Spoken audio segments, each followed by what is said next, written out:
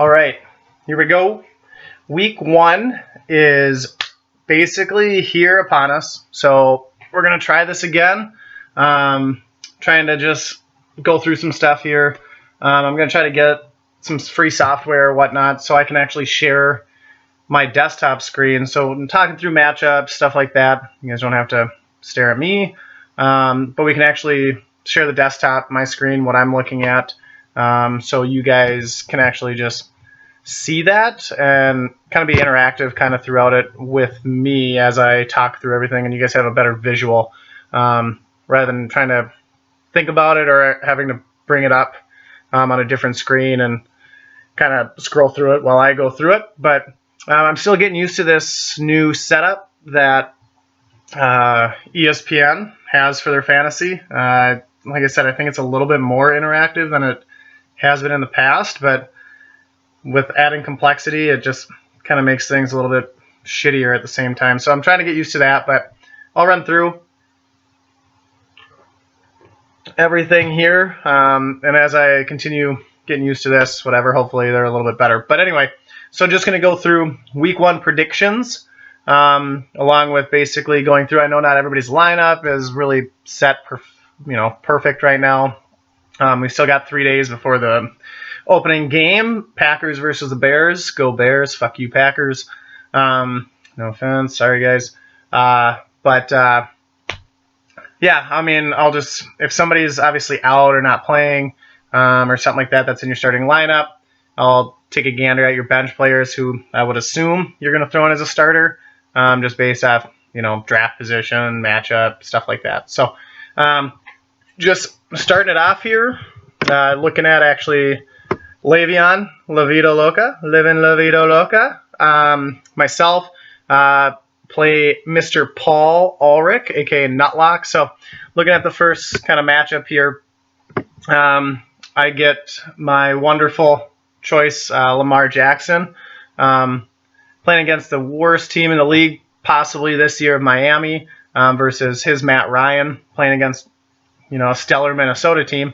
But quarterbacks right now, I'm not even going to really go too hard on those guys. I mean, Lamar gets to come out against a shitty defense. I'm assuming he'll score over 20 there. Matt Ryan, probably the low teens. But quarterbacks themselves right now, it's really early, and usually they're going to do pretty well. But I think I'm going to take that quarterback matchup there. Le'Veon Bell for myself.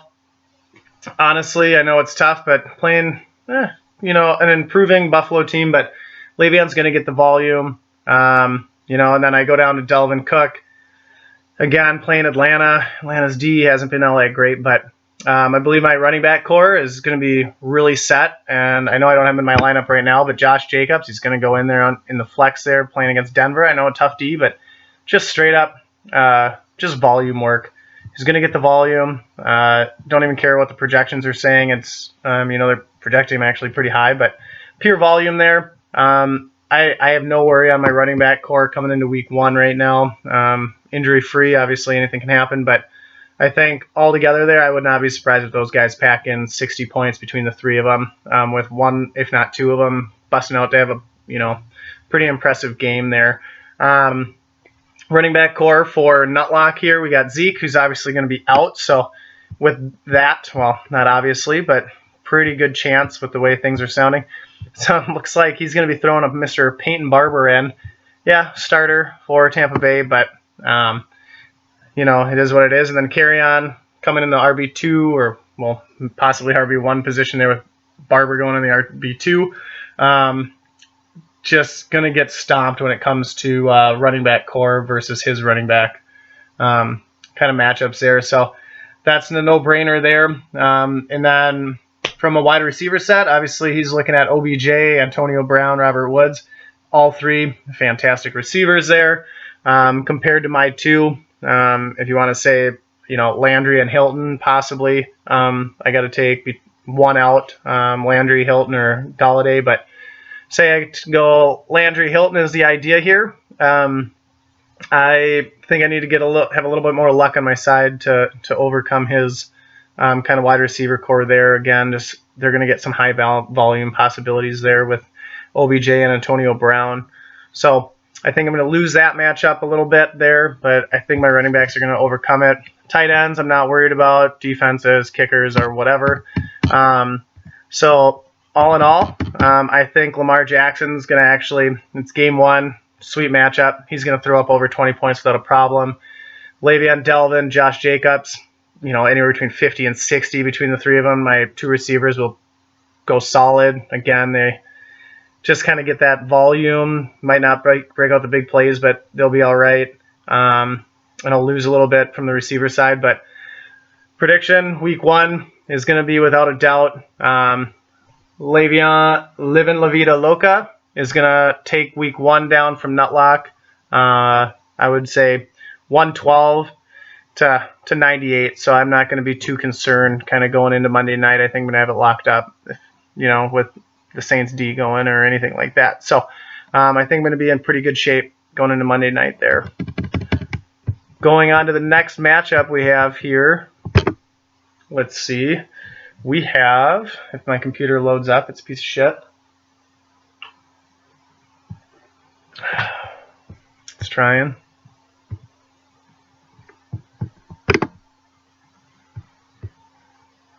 I'll have to try this again here. All right, let's try this again. So the next one's going to be 4th and Inches, aka Chris, versus, it looks like Bench Points Matter, I believe. Again, this is just really slow popping up here, so I apologize. It's very, very slow. All right, this would be fantastic if it would pop in here anytime. All right, well, worst case scenario, fuck it. I'll just jump on the phone here, and we can just run through their app. Let me check it out on here until this thing kind of gets itself loaded up. So let's do the matchups here. So, nope, sorry, it's going to be 4th and Inches versus Titanic Swim Team. The brothers versus each other, Chris and Brandon, kind of going at it. So, starting with Chris's team, you got Mr. Newton. He's supposed to be healthy. Come in week one, no issues there. Hooking up with his main man, McCaffrey, the #1 overall pick. Against the Rams, Rams score a lot of points. Offensively, their defense is supposed to be stellar, but plenty of opportunity here for both of them. Carolina's got, solid offense. Not worried about those guys. They're going to team up for probably 40 between the two of them, without a doubt. Going in with a questionable Ingram role in Baltimore. Obviously, he should be the main guy, first, second down. Everybody's pretty high on Justice Hill coming in, but that's not really thought to become a larger role until later in the season. So Ingram, he'll be sitting around, that 8 to 12 point range. And then you hit the receivers here, Mike Evans, Adam Thielen, and Brandon Cooks. So big matchup with the Rams and the Panthers for Christopher. But Evans is always kind of tough, and Godwin's, coming up. Winston's a little shaky, but you're just always waiting for that big play from Evans. So, if Evans doesn't have that big play, get in the end zone, I think he's going to be sitting around that 7-point mark, unfortunately, and it could hurt him. But otherwise, Thielen should get decent volume, and then Cooks, you're kind of looking for that big play as well. So a couple toss-ups there in my mind with Chris's team going there. I'm assuming that's a starting lineup from looking at his bench going forward. Projected quite a few points, though, via ESPN, but just a guess like anybody else.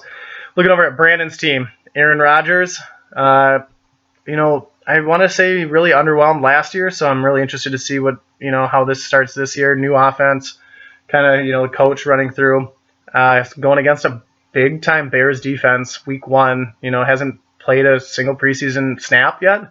So it'll be interesting. New receivers other than Devontae Adams. He's working with some new people there, so we'll kind of see how that goes. I think it could turn somewhat rough for him, but it's Aaron Rodgers, so can't really look down on him too hard. David Johnson against Detroit, Nick Chubb, and you got Joe Mixon going against Seattle here with the newly signed Clowney coming in. So Seattle's working on that defense again, so you never know. But David Johnson, offensively, it's an absolute question mark right now. He's going to get volume. I think he's going to sit around those 10 to 12 points this week, unless he busts out something massive there in Detroit. But I don't know. I'm not really high on him right now until you can figure out what's going on with Murray and the offense and how that's going to work, because their offensive line is horrendous right now too. So we'll see how they utilize him and go through, but I think he's going to be sitting around that 10 to 12. Chubb I'm interested in. Started going pretty well last year, but I think they're going to ease him in, kind of going through. Here we'll see what happens. Then Mixon again just has that terrible offense right now, offensive line, Andy Dalton, all that. So again, he'll get the volume. So I think between these three backs, I think they're all going to be sitting right around that 10 to 12 point mark, unless they bust something out like crazy. But pretty average play there. And then you got Diggs, who's going to be going head-to-head with Thielen, so that's going to be a pretty cool game to watch for those guys every time they drop back to pass. Who's that going to? Is it Thielen or Diggs? And obviously, if one guy gets the red zone targets or busts out that big play, it's a kind of a double standard there for this matchup going on. And then Will Fuller, the fifth there for Houston. I guess I'm not sure if he's going to run with Will Fuller. I know he's been questionable kind of moving forward. So we'll see if, Geronimo Allison or Cortland Sutton get put in there. But either way, all of those guys are going to be working off the number ones.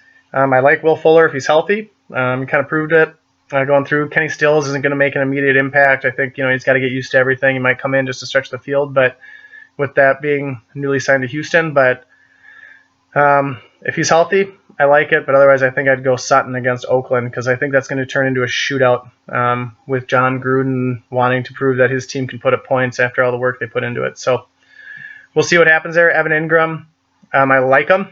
Jersey's in the background there, but we'll just see what happens with Eli Manning, Daniel Jones, whatever that is. That Giants offense is just a huge question mark. So with this, I do like the talent and the big names I see over on Brandon's team. But honestly, I think just the consistency with Newton and McCaffrey, Ingram is going to get a majority of the workload. I think he's got an opportunity, again, playing against just a shitty Miami team, stuff like that. I see Chris's team kind of edging out on this one, unless anything major happens, but I'm going to edge it out 105 to 100 there in that matchup. Moving on to the next one, we got Matt, aka Jailbait, and number one predicted team, Team Dinglegary with Gary Gregory. So who can forget? We got Patrick Mahomes there going against a kind of newly revamped Jaguars team again. So we'll see what happens. But Mahomes, Kansas City's offense, they're going to push the ball. Mahomes is going to score 20 plus without really any question there. I don't see him coming out and necessarily throwing up for 30 or 35, but definitely a possibility. But we'll play it pretty realistic here that he'll be between 20 and 25 at the end of the day. I think this is a very interesting matchup. You got Mahomes and Watson, arguably the number one and number two quarterback in the draft this year. So Watson does a lot more on the ground than Mahomes does. And going against New Orleans, I don't know. I mean, I could definitely see Watson outscoring Mahomes this week, but I think those guys are going to be pretty close to a wash coming in here. So one of the few weeks that you just aren't going to see a huge advantage there at quarterback for Matt. Marlon Mack, Derrick Henry, Nyheim Hines. I don't know how you have in both Marlon Mack and Nyheim Hines. They're both for Indy running backs. Don't really understand that. I would assume you're going to put in like an Adrian Peterson, kind of going in there or something along those lines, unless he's not the number one right now. Or I don't know why you wouldn't put in a receiver, whether it's Josh Gordon or Sanu, I guess. I don't know. Your bench is tough there as well, because I see you dropped your Riley. Anyway, so running back, not looking good. Henry's been questionable. I don't know if he's supposed to be back yet, but Running backs looking really rough, really thin for you there in your flex. You got Juju, love him. I think he's going to have an opportunity for a big game, I guess, especially against New England. New England has to, they're going to put up some points. They're going to go, and Pittsburgh likes to chuck the ball. We all know that, so I think Juju's going to have a good game. And then you got Ted Ginn. Fingers crossed, you get that 50-plus yard touchdown, kind of catch and run with that. Ertz is probably your next best option behind, other than Mahomes and Juju. I think Ertz is probably your most consistent guy there in Philly. So looking there, Bears D going against Green Bay is always questionable, but they're going to be solid. They have such a good team right now defensively. But I think this team's really going to struggle going into this first week and trying to figure out what players are doing what. So I guess we'll find out what happens there. Looking into the running backs for Dingle Gary, Devontae Freeman, not really high going against a tough Minnesota rush defense. I would be surprised if he gets double digits this week. If he does, I think he's going to have to do it out of the pass game. He's going to have to come out with, 5-6 catches with, 35, 40 yards out of the backfield, and then he's going to end with 50 or so, yards rushing. I don't think he's going to do much on the ground there. Sony Michel, main guy there in New England. Their running back situation is always questionable, but he has been their number one guy right now, and although he might not be getting 25, 30 carries, he's, 15-plus a game there and is really their main guy. So easy double digits there for New England, or Sony Michel. Devontae Adams, love him, against a tough Chicago team. I don't think he's going to necessarily go off this week, but, if things kind of get out of hand or get kind of going crazy there, or they're falling behind for any reason at Chicago, you could see his receptions and targets go way up, giving him some free, easy points. But, again, not surprised, 12 to 15 there, if not more. Michael Thomas is going to have a good run. Houston's a good team, right? They're probably going to be struggling or in a shootout. They're going to be going. Michael Thomas is going to get a lot of targets. I wouldn't be surprised if he has almost 15 targets this game, week one, just to pick up right where he left off last season. So excited for that game, actually, on Monday night. Keenan Allen, he's healthy. He's back week one. Can't say anything bad about him. Phillip Rivers there is constantly legit. So Keenan Allen's going to get his numbers there.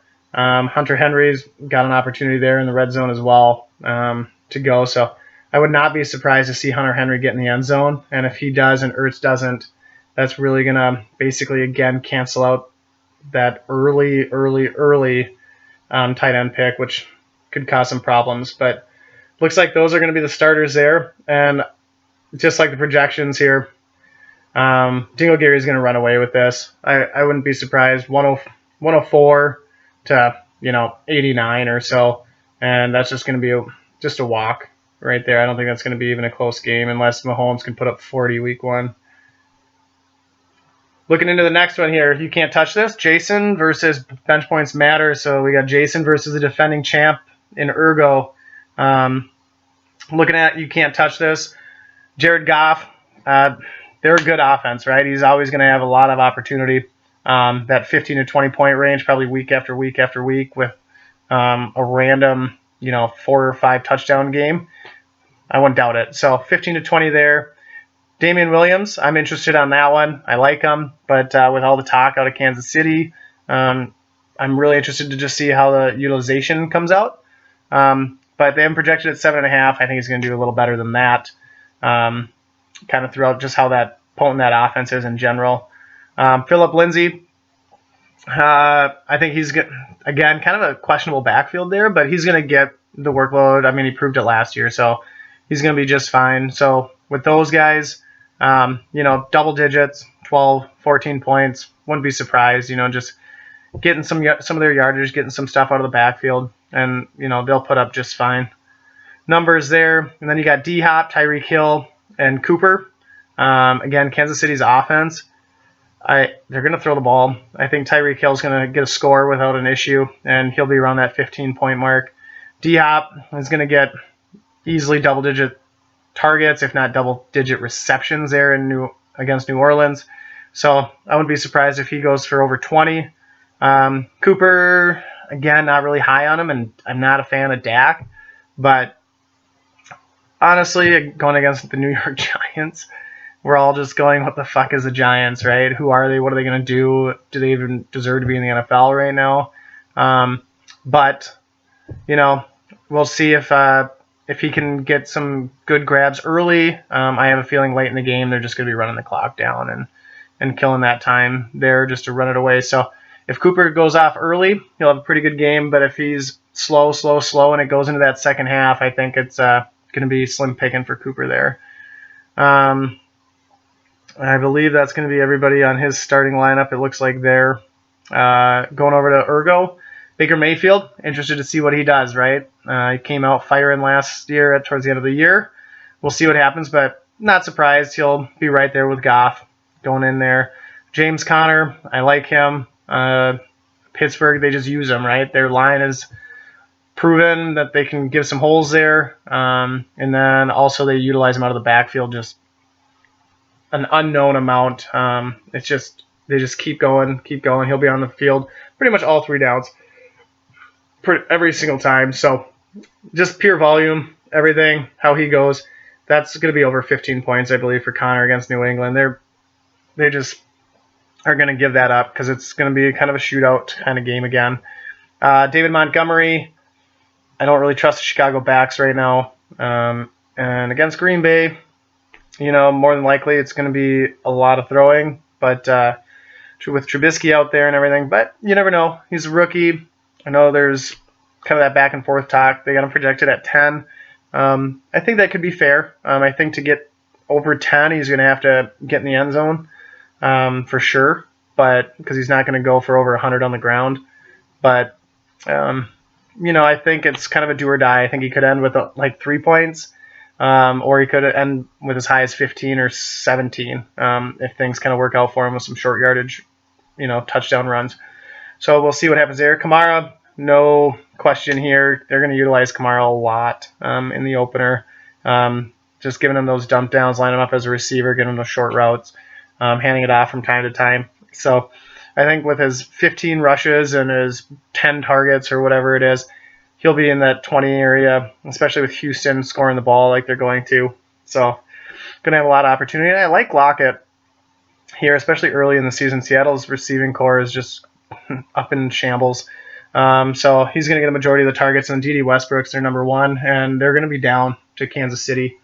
I have a feeling early and throughout the game. So D.D. Westbrook's going to have a chance for a lot of those garbage catches and, 8 yards, 10 yards, 12 yards kind of going down the stretch there. So even though he might only have 3 or 4 points going into the fourth quarter, he's going to end in double digits without an issue there. And then you got Kittle. We'll see how Garoppolo starts throwing to Kittle right away this season, but going against Tampa Bay, Kittle should get the volume that everybody's hoping for there. And I'm assuming that's going to be their starting lineup moving forward. And I would say, honestly, I think these teams are pretty close, and it's going to come down to, whether a specific tight end really comes through, or is it, a defense gets a pick 6 or something along those lines, because I think these players are really going to line up overall pretty similar. I just know initial drafting of this, and I don't trust Baker Mayfield right now, even going against Tennessee, and I think that might turn the difference. I think Goff has a better opportunity to really separate in a game against Carolina than Mayfield does coming in to Cleveland and coming out with a big, surprising performance in week 1. So not a lot here, but I'm going to say, you can't touch this. It's going to come out the victor, 97 to 95. I think it's going to be a close one, but Jason's going to come out with that win. And then for the last matchup here, we got 2 girlies, 1 cup, and multiple scoregasms.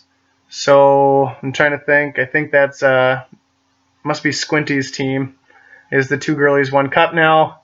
And then we got multiple scoregasms, which is Marty.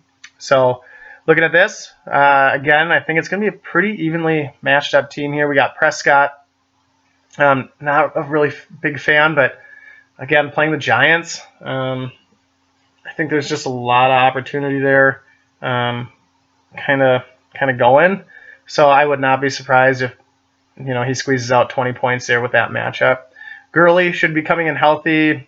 Big question is do they use him 12 times, 16 times, 20 times, 25 times with that knee that held him out at the end of last year. So I think that's going to be pretty tough. And he's going to be a pretty big wild card there, and he could go for, 8 points, or he could go for 25 points. I think that's going to be just a really big wild card going into this week with the uncertainty of, hey, how are they going to utilize him? Do they want to take it easy with him going in and ease him in? Or are they just going to say, hey, he's looked great all offseason, just let him go? But I'd still say he's probably going to end somewhere in the middle there, around 15 or 17 points. Aaron Jones, I think he's going to have a hell of a game difficulty-wise against that just smothering Chicago defense. Running backs tend to have a lot of issues there with those awesome defenses there. So I see some issues there. I don't even see him getting into double digits this week. Chris Carson's going to have a pretty good run there against Cincinnati. Not a huge fan just of Seattle running backs, but they tend to do all right, it seems like, on and off. So I think Carson's going to run in that, dozen to 14 range going there. Then you got Cooper Kupp and Mike Williams. I love Mike Williams as that number 2 off Keenan Allen because Phillip Rivers just loves to sling the ball 40, 45 times a game, so they got to go somewhere, and Mike Williams has been just, doing amazing things, it sounds like, in training camp and preseason and everything. So they're really, really high on that kid. And then Cooper Kupp, you just hope he's the Rams guy that, Goff throws it to. So I think the receiving core is going to do all right. Kelsey's in for a big game against Jacksonville as usual. And Gordon's not going to be playing, so no worries there. And everybody else, I wouldn't be surprised. So Mr. Tony Pollard sitting on his bench there. Honestly, I would put Pollard in over Jones, but, to each their own, and kind of going from there. But just because of the straight matchup, and if Zeke's not back, you get Tony Pollard running behind that amazing defense or offensive line, and you're playing against the shit defense of the New York Giants. So, and they'll probably be winning, so they're going to be running the clock, right? Handoff, dump pass, the high percentage stuff. So, but we'll see how that lineup finishes up. And then last but not least, going over to Marty's team here, Kyler Murray is going with a young stud right away, starting him. So just saying whatever. And this is a shot in the dark, right? It's projection 17.2. Sure, I'll take it. Should do all right. Even if it's garbage time down the stretch, he'll be rushing for, 8, 10, 12 yards a chunk and then getting some of those passes in too. So going to be pretty easy for him there. Barkley going against Dallas. He's their only option, so just straight volume for Barkley. Like we saw it last year, even though people can still put 8 guys in the box, Barkley's going to find a way. I think he gets, over 25, 30 touches between, receptions and handoffs and everything that just off of pure volume, it's hard to say that he's not going to get over 15 or 20 points. So I guess we'll have to wait and see. But Fournette, I like Fournette this year, as long as he stays healthy, which we all know is a very difficult thing. But, week 1, I think he's going to get an opportunity again against Kansas City. I think he's going to get a lot of little easy gimmies down the stretch there. And he'll end with a pretty solid game, especially if he can squeeze into the end zone once, if not twice, with that high-scoring game. And, Kansas City's just kind of letting it go as long as time's running off the clock. Julio going against Minnesota. Julio's going to be Julio. He's going to end with 7 or 8 catches for close to 100 yards, if not more, and probably a TD there. So I think 14 is a low thing there, even against Minnesota's kind of pretty solid defense. But I see him ending closer to 20. Edelman coming off, all of his stuff going on, but should be ready for week 1.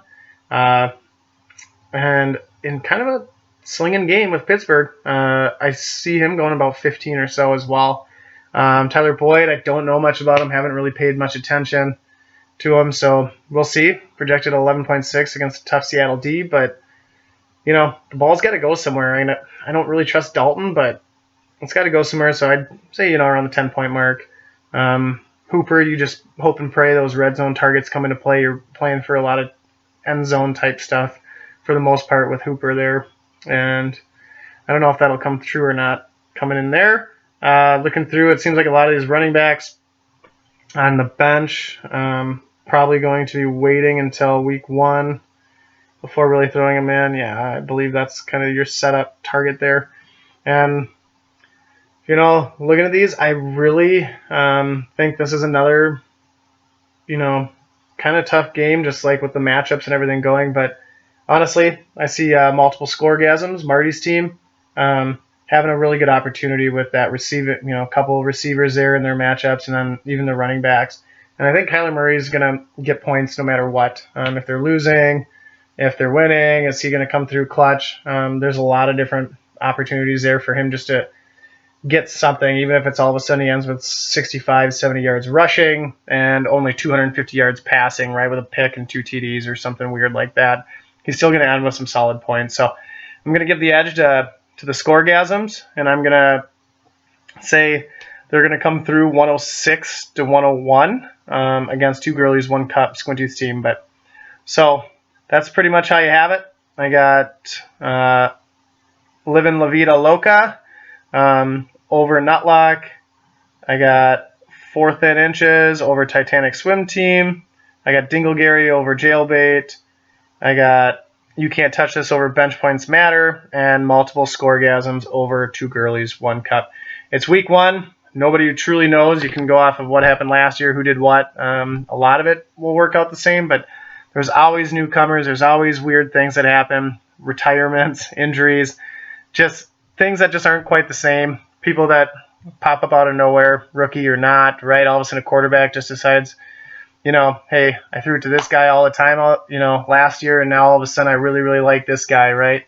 And they decide to change volume on it. So, but with that said, that's all I pretty much got. This one was a little bit shorter for you guys, so I hope you're okay with it. Yeah, I'm excited for Thursday night. Go Bears. I'd love to see the Packers start 0-2 here, week 1 against the Bears, and then next week against the Vikes. But I guess we'll have to wait and see how everything shapes out. As we said, you never know what to expect. We'll have to wait and see. But otherwise, you guys, don't forget, get on those waiver wires. Remember, waivers go through on Wednesday morning. Right there are your blind auction bids. You got to do what you want after those guys. You can bid 0 to whatever your volume or dollars you have left. Once you're at $0, then you can put in for a waiver. Basically, you'll get it if nobody else puts in for it at that point. But there still is a waiver order, so if everybody puts in on $1, whoever was first on the waiver order will get it. If there was no maximum bid, right, if there's 2 tied bids or more, it goes off the waiver order of those, tied max or top bids. So keep that in mind. After Wednesday morning, goes free agency. Do what you need to do. You can pick them up, drop people, do whatever.